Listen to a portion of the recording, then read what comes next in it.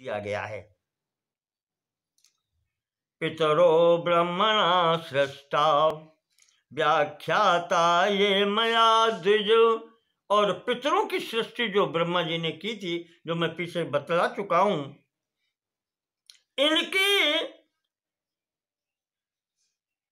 अग्निस्वात्ता बर्षदो अनग्नय साग्नयश्च ये।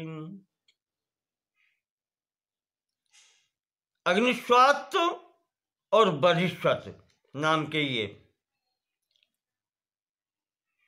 पितृ हुए हैं। इनकी पत्नियां थी, पत्नी का नाम है स्वधा।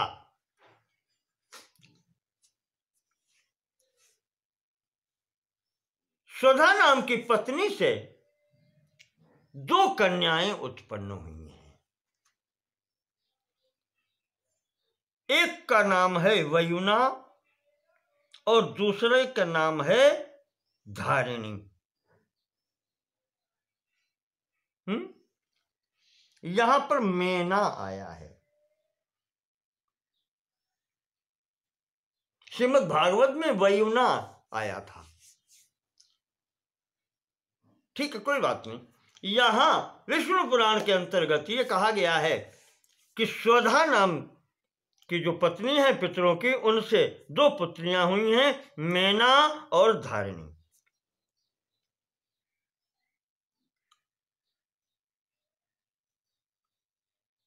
ये दोनों ज्ञान संपन्न हैं और ब्रह्मवादिनी हैं, योगिनी हैं। कहने का तात्पर्य वहां भी इसका विवरण यही दिया गया है श्रीमद् भागवत में, और वही यहां दिया गया है। नाम थोड़ा सा वहां वयुना है, यहां मेना कर दिया है। और इनके आगे की स्थिति इसीलिए नहीं बताई, संभवतः ये ब्रह्मचारिणी ही रही हैं, क्योंकि इसीलिए कहा है ज्ञानवान है और योगिनी है। आगे इनकी संतानों का नहीं दिया गया है।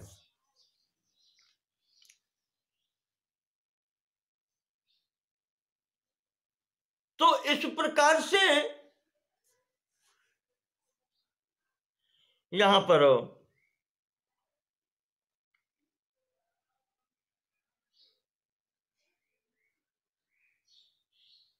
इत्येषा दक्ष कन्यानाम, ये समस्त दक्ष कन्याएं जो थीं, जो विभिन्न ऋषियों को ब्याही गई थीं, पितरों को, अग्नि को, ये सब जो हैं, उनकी स्थिति यहां पर बताई गई है। इत्येषा दक्ष कन्यानाम कथितापत्य संततिः श्रद्धावान संस्मरन्नेतान अनपत्यो न जायते। इस प्रकार से दक्ष कन्याओं की वंश परंपरा को जो श्रद्धा और भक्ति पूर्वक सुनता है, स्मरण करता है, श्रद्धावान संस्मरेत नेताम, इन सब दक्ष कन्याओं की वंश परंपरा को जो श्रद्धावान होकर के स्मरण करता है, जो सुनता है, अनपत्यो न जायते, उसकी वंश परंपरा कभी समाप्त नहीं होती है, वो कभी निसंतान नहीं होता है। इस प्रकार से यहां पर कहना चाहिए कि ये वंश परंपरा पूर्ण होती है।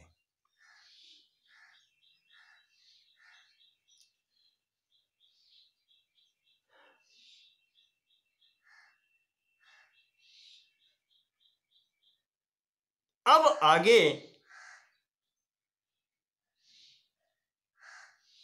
स्वयंभू मनु की संतान का परिचय दिया जाता है, जिसके अंतर्गत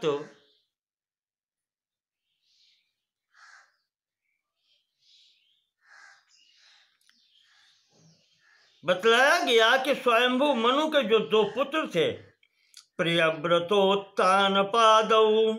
मनो स्वायंभुवस्य तु द्वौ पुत्रौ तौ महावीर्यौ धर्मज्ञौ कथितौ तव। उनके ये स्वयंभू मनु के दो पुत्र हैं, प्रियव्रत और उत्तानपाद। उत्तानपाद के दो रानियां थीं, एक का नाम सुनीति है, एक का नाम सुरुचि है।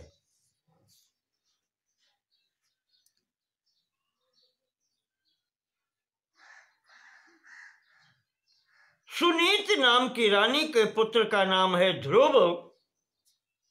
महर्षि पराशर कहते हैं कि सन्नाति प्रीतिमांस्तस्याम अभूद यस्या ध्रुवः सुतः।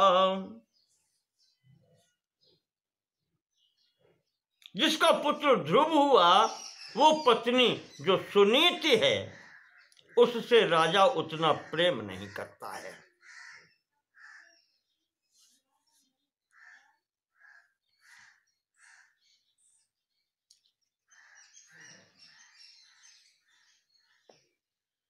तो अब क्या करे? प्रेम करता है दूसरी रानी से सुरुचि, जिसके पुत्र का नाम है उत्तम। एक दिन राज सिंहासन पर राजा बैठे, उत्तम को गोद में खिला रहे थे। ध्रुव आ गया, गोद में बैठने की इच्छा हुई, गोद में चढ़ गया। सुरुचि ने देखा वो आ गई और उसने हाथ पकड़ से गोद से उतार दिया और ध्रुव से कहा, क्रियते किम वृथा वत्स। हे वत्स, बेटा ये तू कर क्या रहा है? महान एष मनोरथा। राजा की गोद में चढ़ के बैठना चाहता है, तेरा मनोरथ तो बहुत महान है। इतनी बड़ी बात तू चाहता है, ये संभव नहीं है। अन्य स्त्री गर्भ जाते न यसंभूय ममोदरे। मेरे उदर से उत्पन्न न होकर के तू अन्य स्त्री की गर्भ से उत्पन्न होकर के राज सिंहासन पर राजा की गोद में बैठना चाहता है। ऐसा नहीं हो सकता, अज्ञानी है तू। अगर तुझे इच्छा है राजा की गोद में बैठने की,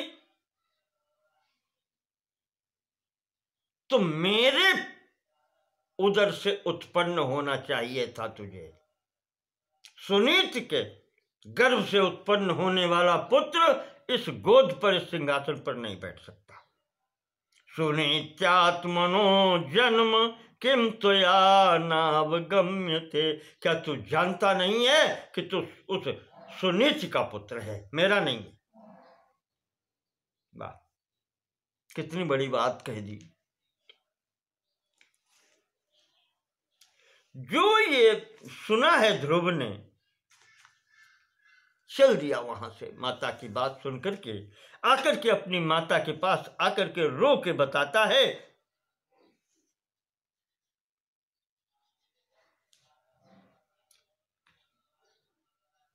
इत्युक्तः सकलम मात्रे। अपनी माता से आकर के उसने सब कुछ कह दिया। आकर के कथयामास तद यथा सुरुचि प्राह भूपाल प्रत्यक्षमति गर्विता। जो उसने गर्वित होकर के बात की थी, बालक ने आकर के अपनी माता सुनीति से सब कुछ कह दिया।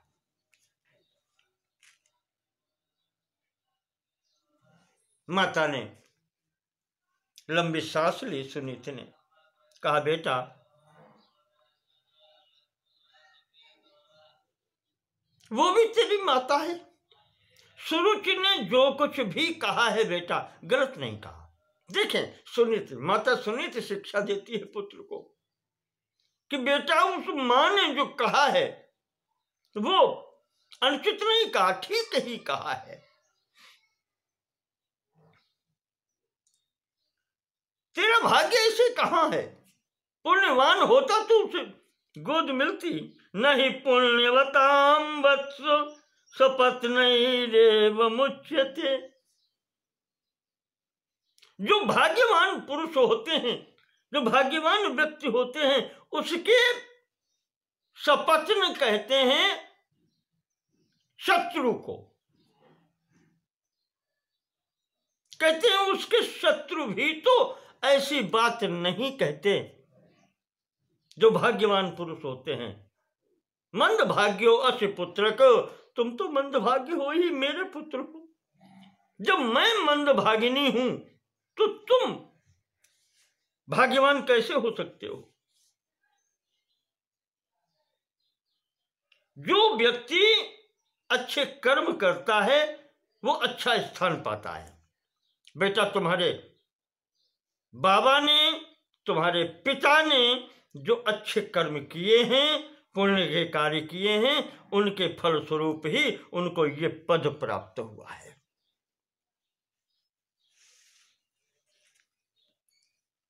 तुम्हारे पिता को मनु पद प्राप्त हुआ है और तुम्हारे बाबा को ब्रह्मा पद प्राप्त हुआ है। ये पुण्य कर्मों का प्रभाव है। भगवान की कृपा जिसको प्राप्त होती है उसको ये सब प्राप्त होता है। और अगर तुम्हें इस पद की लालसा है तो पुत्र भगवान की आराधना करो। यदि ते दुःखमत्यर्थम सुरुच्या वचसा भवत। अगर तुझे माता सुरुचि के वाणी से कष्ट हुआ है तो तत्पुण्योपचये यत्नम कुरु सर्व फल प्रदे। तो उसकी बात मान करके पुण्य अर्जित करो पुत्र, उसी से सब प्राप्त होता है। सुशीलो भव धर्मात्मा, शीलवान बनो, धर्मात्मा बनो। मैत्र प्राणिहिते रतः, सबका हित करने वाले बनो।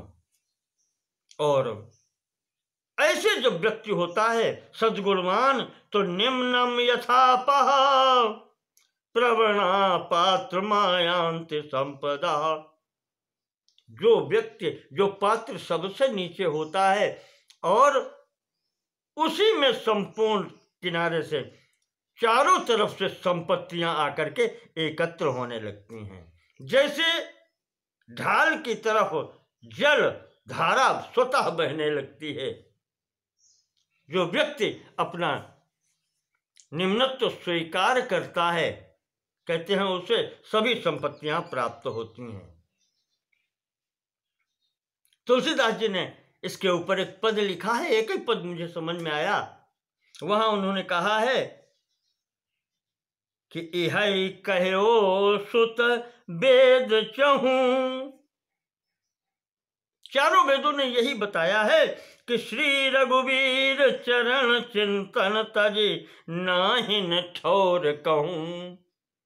भगवान के चरण कमलों को छोड़ करके संसार में और कहीं ठिकाना नहीं है। और अंततः इस पद में कहा है कि सुरुचि कहो सो सत्य बात सब, सुरुचि कहो सो सत्य तात अति परुष बचन तब हूं। कड़वी बात कही है पर उसने सत्य कहा है।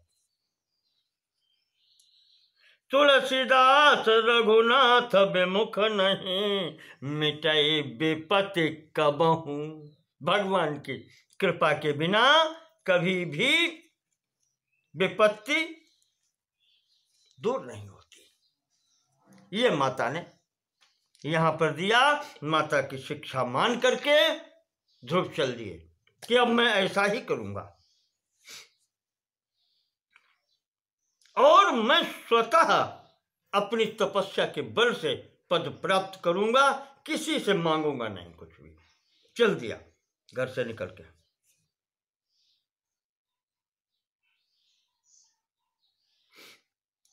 कहते हैं कि महल से निकल करके जब बाहर चल दिए तो मार्ग में सप्त ऋषि मिले। 7 ऋषि मिले। राजकुमार ने, ध्रुव ने सबको प्रणाम किया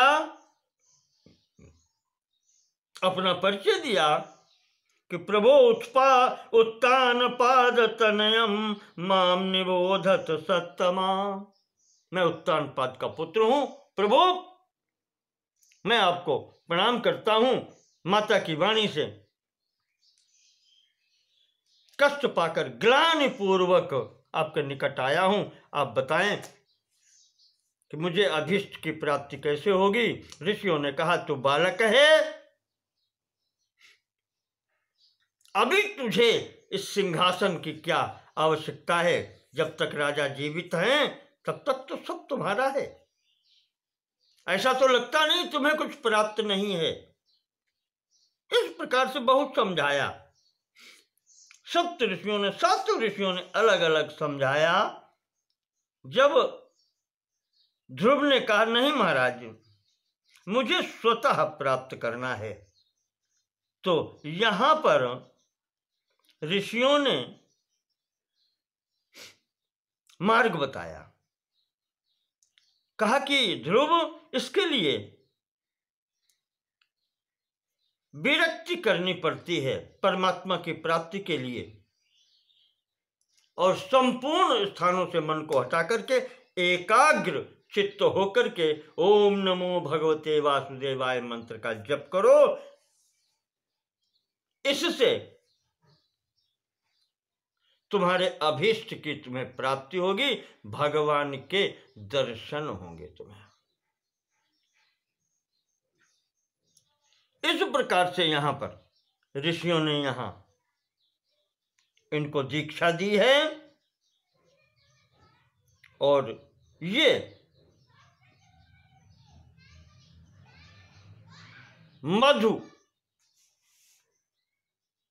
मधुवन में चले गए। वहां जाकर के ध्रुव जी ने यहां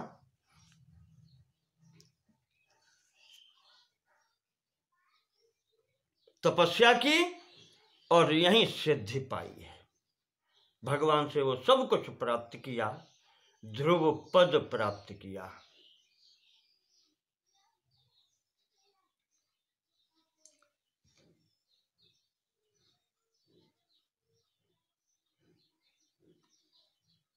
पराशर जी कहते हैं कि मैत्रेय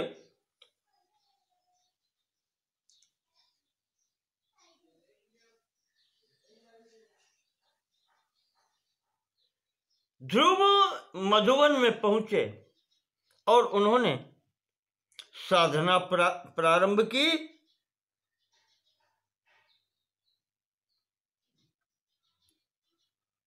एक पैर के अंगूठे पर खड़े हुए हैं। यहां पर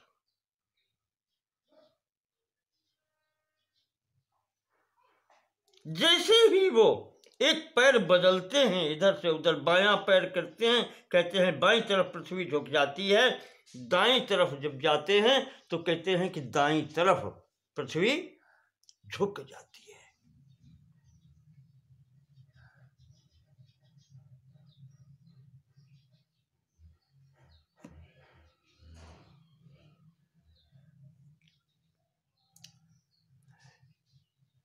इसी स्थिति में जब वो देखने लगे और यहां पर इनकी समाधि भंग करने की भी बहुत स्थितियां बनी।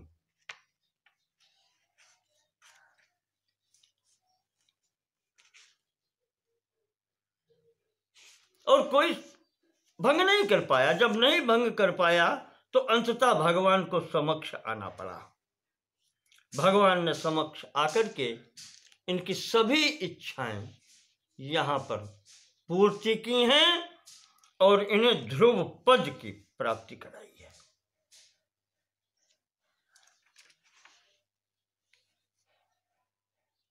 कथा आपने श्रीमद् भागवत में भी सुनी है, लगभग वही पूर्ण कथा यहां भी है। और उसी प्रकार से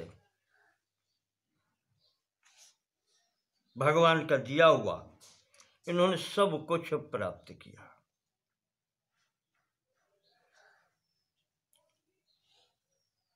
यहां पर भगवान ने ध्रुव के पूर्व जन्म का वर्णन किया है कि ध्रुव पूर्व जन्म में तुम ब्राह्मण थे, एक क्षत्रिय राजकुमार से मित्रता हो गई, जिसके कारण अंततः उस सौख्य की प्राप्ति के लिए तुम्हें फिर क्षत्रिय कुल में जन्म लेना पड़ा और उसी कारण यह स्थिति तुम्हारे समक्ष आई। पूर्व जन्म में तुम ब्राह्मण थे, तुम्हें वहीं मुक्त हो जाना चाहिए था, पर फिर भी तुम्हें यहां तक आना पड़ा।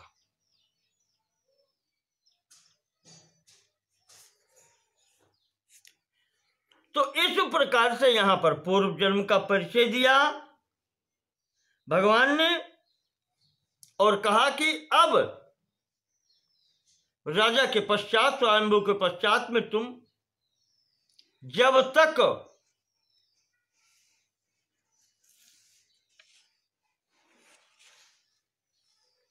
पिता के बाद में, तुम 36,000 वर्ष राज्य करोगे और उसके पश्चात तुम मेरे पद को प्राप्त करोगे। ऐसा पद है कि सप्तर्षीणाम अशेषाणाम, जिस धाम की परिक्रमा सप्तर्षि भी करते हैं, वो ध्रुव पद तुम पाओगे। सर्वेषाम उपरि स्थानम तव दत्तम मया ध्रुव, वो स्थान तुम्हारे लिए है ध्रुव मैंने निश्चित कर दिया है, वो तुम्हें प्राप्त होगा ही होगा।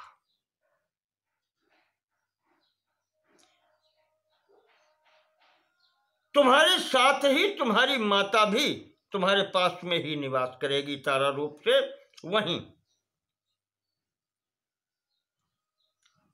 और ध्रुव आदि क्या कहें, तुम्हारे इस आख्यान का, तुम्हारे इस यश का, मुझसे मिलने का, इस संपूर्ण आख्यान का जो भी स्मरण करेगा, प्रातः सायं तेरा गुण कीर्तन करेगा, उसको भी महान पुण्य की प्राप्ति होगी।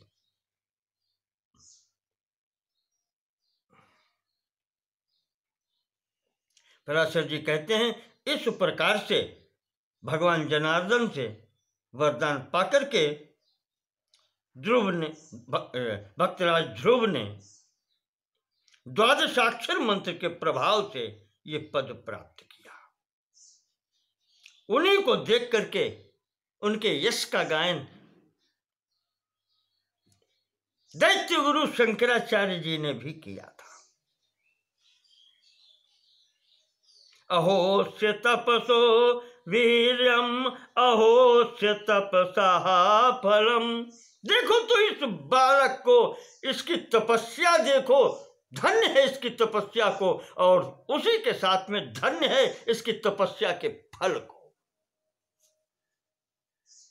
ना ऐसी किसी ने तपस्या की और ना ऐसा फल किसी ने प्राप्त किया। धन्य है जिसने अपनी तपस्या के बल पर सप्तर्षियों से भी ऊपर का स्थान प्राप्त किया है। धन्य है इसकी माता जो सदैव इसके साथ में रहती है, और माता के साथ इसने वो पद प्राप्त किया कि सप्तर्षि भी इसकी परिक्रमा करते हैं।